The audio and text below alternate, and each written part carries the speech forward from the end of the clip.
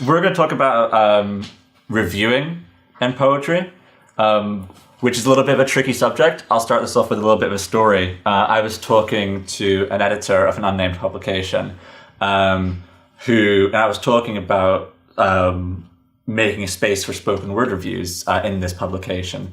And he said he had done this about 6 or 7 years ago and then cancelled it within about 2 years because he was getting such negative feedback from the poets and the shows that he was reviewing that he just thought these people can't take criticism. There's not true. Not true, exactly. But I think there is a conversation there that's worthwhile. I know that within the spoken word circuit, you have an informal sense of reviewing with things like slams. Mm-hmm. But in terms of a standard for reviewing what is a good and bad poetry show, it doesn't really exist.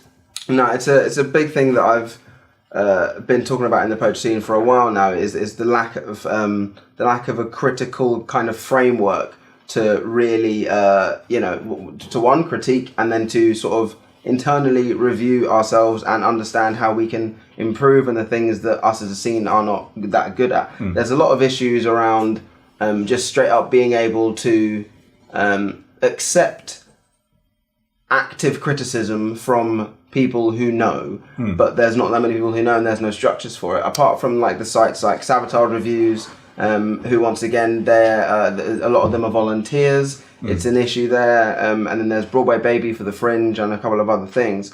But unless you're of a certain level, especially a very, very high level, it's hard to get people to review spoken word or even to engage with it critically. We were speaking just off air about how Broadway Baby tried to review spoken word stuff at the Fringe. Let's start there and then move into the other ways that spoken word is reviewed or is even spoken about in an academic sense. How long have you been writing for Broadway Baby, and sort of how do you go about reviewing a spoken word show? So I started doing features and reviews for Broadway Baby in 2015. And this kind of led up to the Fringe, did a big set at the Edinburgh Fringe, and did stuff for the rest of the year. Following off of that, I did some reviews for Gutter magazine, which is based off of Freight publication in Scotland.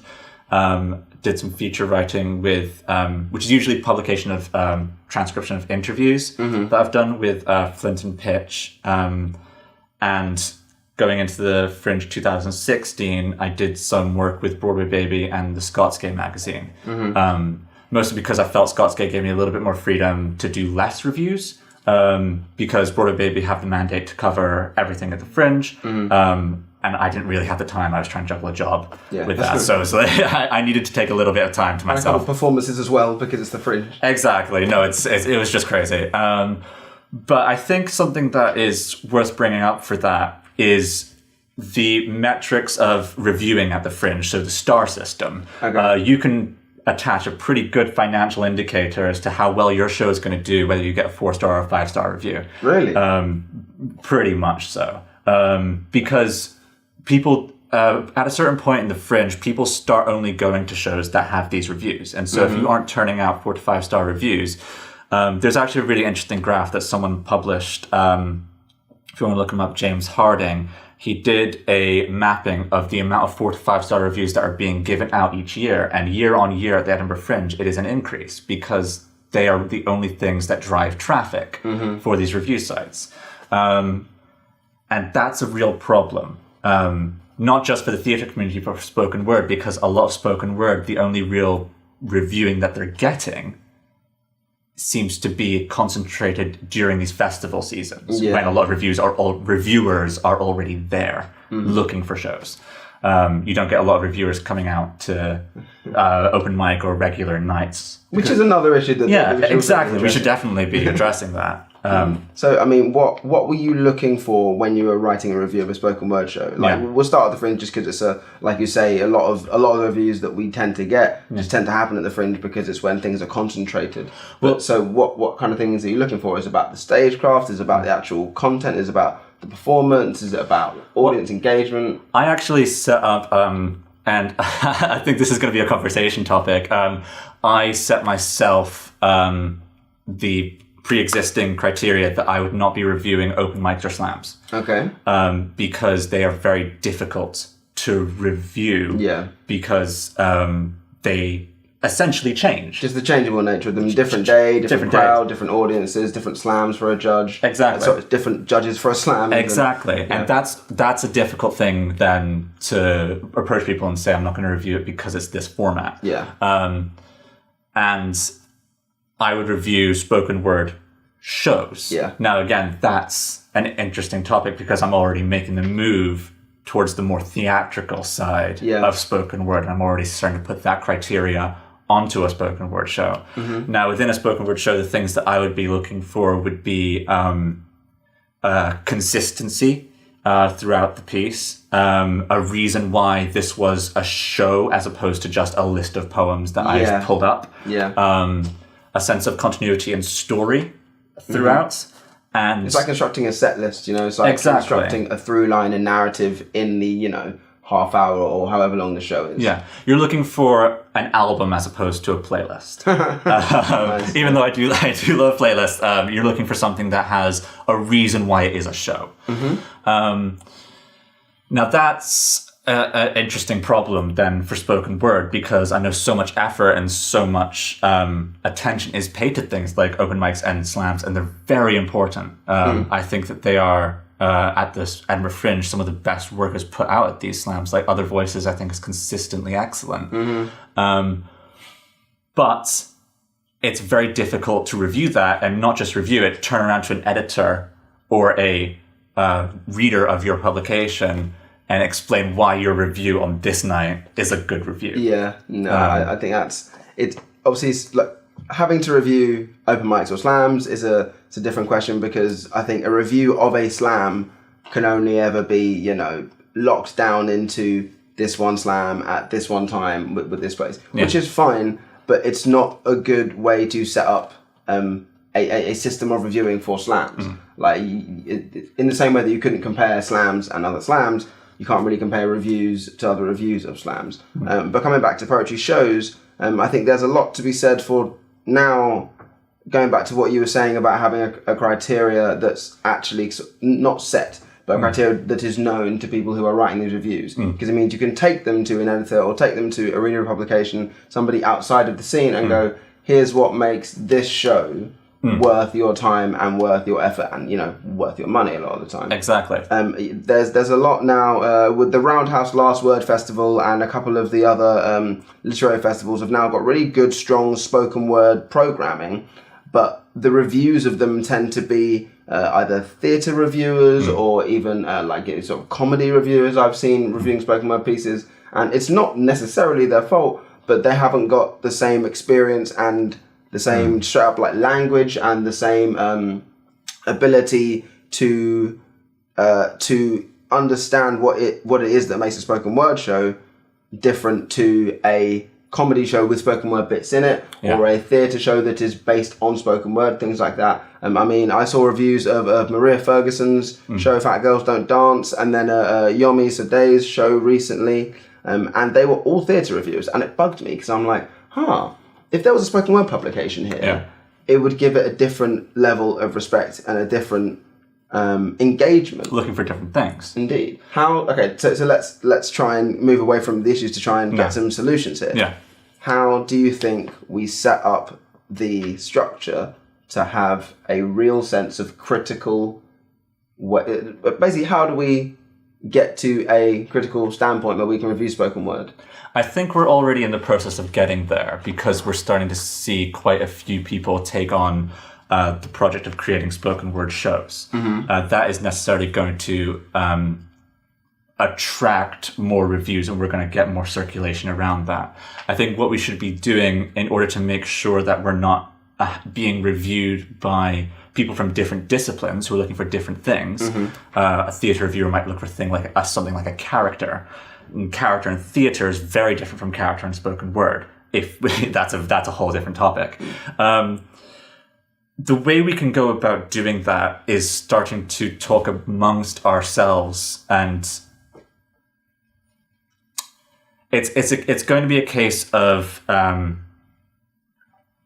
sorry, I'm looking for the right word just now. Do you think that? Yeah. Do you think to be to be a poetry reviewer, you can't be an active poet? There's a big thing in the film criticism world about, like, you know, if you're a filmmaker, can you also be a film critic? And to be a film critic, do you have to have been a filmmaker? Do you think there's a space for just a spoken word critic who hasn't been a poet? Yeah, absolutely. Really? If you have done your research and you understand what's going on, you can absolutely be a reviewer for that. I think it is disingenuous, and no other discipline would say this, that you need to be the thing in order to be the reviewer. Yeah. And I think that for poetry, it's the exact same thing. I would actually put a real big question if someone is both, because I would say, do you have the time to dedicate to your craft? Yeah. The ability to review and be aware of the necessary information that you need to review, and also dedicate the time to writing. Where are you getting this time? Mm-hmm. I would be much more trusting of someone who has dedicated their life, their livelihood, and their entire profession to reviewing. Okay. But obviously it comes down to profession, it comes down to funding, and straight up we have to follow the money in a lot of these situations. Exactly. Where do you think the money is going to come from to have a dedicated spoken word review section in, like, you know, a national publication or in like an online magazine? There are definitely publications that will do this, especially, like, you know, new media publications. Yeah. There's lots of new independent, like, not one issue, but more artistically, you know, geared zines and magazines and things like that. I would say that's probably the best bet for where the basis will come. Yeah, I think that the best route is to go, is to build up. So start up with things like blogs, have a trusted blog or a trusted podcast. I really love what Lunar Podcast is doing, but that's more about critical discussion around poetry as opposed to criticism of poetry shows. Yeah. Then the next stage would be to be working with someone like Apples and Snakes, someone who has a funding body that is dedicated to this and understands the value of it. Apples and Snakes, spread the word, these Exactly. sorts of poetry companies and organizations. And then this next stage from that would be to launch to some kind of publication or newspaper. Ideally, I'd love to see this in Guardian's The List, for example. Okay. But you can't just get straight in there. You have to take the roundabout route. And all of that is going to be a case of building up trust within spoken word of you as a reviewer. That I'm not coming in, and if I give you a 1-star or 2-star review, I'm not doing it out of spite. I'm doing it because I love this craft. And I'm trying to cultivate it. I'm trying to bring you all on board. And that's tough. There are a lot of reviews now online drive traffic because of negativity. Because it's really fun to watch someone rip something apart. And for something like spoken word, I really don't think that's healthy for the medium. Yeah, it really isn't, because the nature of the craft is to be very much open, but you need to have that trust with a reviewer. Otherwise, it will be, you know, it'll be like hatchet jobs. That's not super interesting. But I mean, just to end it on a bit of a, once again, to look to the future. I'll ask you a question. How do you think the first spoken word review section will be received by poets? Because it's very funny. People are quite kind of precious about having their work reviewed. And, like, you know, I would say that's the thing that is necessarily going to change as spoken word grows into the mainstream and, you know, it has more eyes on it. How do you think the poets are going to react? Oh, people will complain about favoritism. They'll complain that these people already get all the attention, all the love, which, you know what, it's going to be part of it. I think we have to realize that in building this up, you need to create a groundwork from which to move on. And creating that foundation is going to be rough at points, but if you don't have the foundation, you can't get upward from there. And so if anyone tries to dig out that foundation as soon as it's laid in, it's never going to be, it's never going to exist to begin with. Each one teach one. Let's make sure we get some ground rules as the scene grows. Exactly. Indeed. No, I think so. Right, Thank you. Let's end it there. Freddie Alexander, it's been wonderful talking to you. Thank you very much, PJ. Indeed. Peace.